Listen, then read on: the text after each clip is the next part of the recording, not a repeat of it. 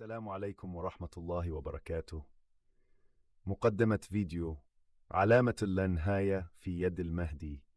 بسم الله الرحمن الرحيم، والحمد لله رب العالمين، والصلاة والسلام على سيدنا محمد وعلى آله وصحبه أجمعين. السلام عليكم ورحمة الله وبركاته. أهلا ومرحبا بكم في قناة الباحث عن وصايا الكنز. نلتقي بكم اليوم مع رؤية غريبة في رموزها، لافتة في مشاهدها، تحمل عنوان: علامة الظاهرة في عضد يد الإمام المهدي، علامة اللانهاية.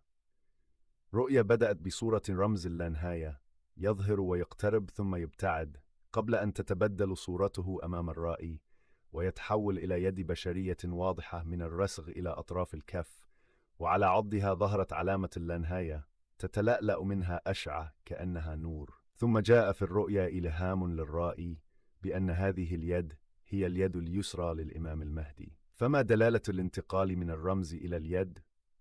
وما معنى ظهور العلامة على العضد تحديداً؟ وماذا يمكن أن يرمز إليه النور الصادر منها؟ وهل لعلامة اللانهاية معنى يتجاوز شكلها المعروف؟ هذا ما سنحاول الوقوف عنده في هذه الحلقة، قراءة وتأملا في رموز الرؤيا دون جزم بالغيب أو ادعاء القطع بمرادها، فالله وحده أعلم بحقيقة الرؤى وتأويلها. نسأل تاوزين يورين: السلام عليكم ورحمة الله وبركاته. مقدمة فيديو: علامة اللانهاية في يد المهدي. بسم الله الرحمن الرحيم، والحمد لله رب العالمين، والصلاة والسلام على سيدنا محمد وعلى آله وصحبه أجمعين. السلام عليكم ورحمة الله وبركاته. أهلا ومرحبا بكم في قناة الباحث عن وصايا الكنز. نلتقي بكم اليوم مع رؤية غريبة في رموزها، لافتة في مشاهدها، تحمل عنوان علامة الظاهرة. وهذه صياغة أدبية مرتبة للرؤية، مع المحافظة على جميع تفاصيلها ورموزها دون زيادة عليها. علامة ظاهرة في عضد يد الإمام المهدي، رمز اللانهاية. بسم الله الرحمن الرحيم. رأيت هذه الرؤيا، وأسأل الله تعالى أن يجعلها خيرا وأن يلهمنا حسن فهمها، وهو سبحانه أعلم بحقيقتها ومآلها.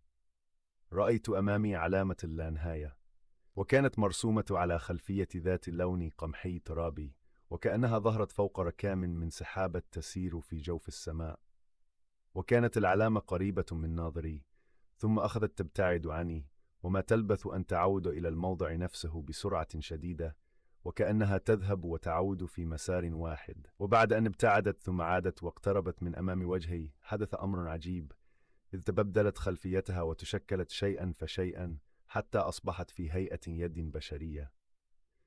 فإذا باليد واضحة أمامي، أرى امتدادها من الرسغ إلى أطراف الكف، وعلى موضع العضد منها ظهرت علامة اللانهاية RFC بشكل واضح. وكانت العلامة تبدو وكأنها تشع منها أشعة متلألئة ونور مضيء يوحي بمظهر من الطاقة النورانية.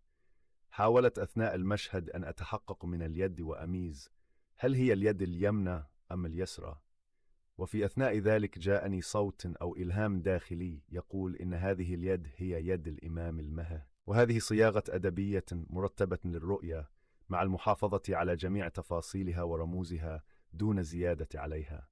علامة ظاهرة في عضد يد الإمام المهدي، رمز اللانهاية. بسم الله الرحمن الرحيم. رأيت هذه الرؤيا، وأسأل الله تعالى أن يجعلها خيرا وأن يلهمنا حسن فهمها، وهو سبحانه أعلم بحقيقتها ومآلها. رأيت أمامي علامة اللانهاية، وكانت مرسومة على خلفية